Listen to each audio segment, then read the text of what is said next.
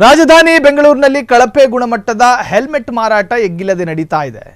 ISI mark ಗುಣಮಟ್ಟದ helmet ಮಾರಾಟಕ್ಕೆ ಅವಕಾಶ ಇದ್ರೂ ಕಳಪೆ ಗುಣಮಟ್ಟದ ಹೆಲ್ಮೆಟ್ಗಳನ್ನು ಮಳಿಗೆಗಳಲ್ಲಿ ಮಾರಾಟ ಮಾಡಲಾಗ್ತಾ ಇದೆ.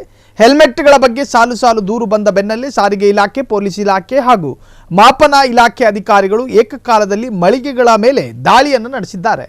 ಕಳಪೆ ಗುಣಮಟ್ಟದ ಹೆಲ್ಮೆಟ್ಗಳನ್ನು ಸೀಜ್ ಮಾಡಿ ಮಳಿಗೆ ಮಾಲೀಕರಿಗೆ ದಂಡ ಹಾಕಿದ್ದಾರೆ.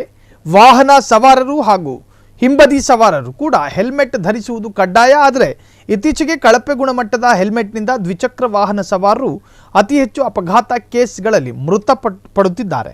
ಹೀಗಾಗಿ ನಗರ ಬಹುತೇಕ ಹೆಲ್ಮೆಟ್ ಅಂಗಡಿಗಳ ಮೇಲೆ ದಾಳಿ ಮಾಡಿ ಕಳಪೆ ಹೆಲ್ಮೆಟ್ ಮಾರಾಟ ಮಾಡುವವರಿಗೆ ದಂಡ ಹಾಕಿ ಎಚ್ಚರಿಕೆಯನ್ನು ನೀಡಲಾಗಿದೆ.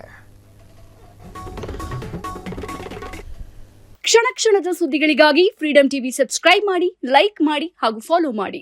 ಹೊಸ ಸುದ್ದಿಗಳ ನೋಟಿಫಿಕೇಶನ್ಗಾಗಿ ಬೆಲ್ ಐಕಾನ್ ಮೇಲೆ ಕ್ಲಿಕ್ ಮಾಡಿ.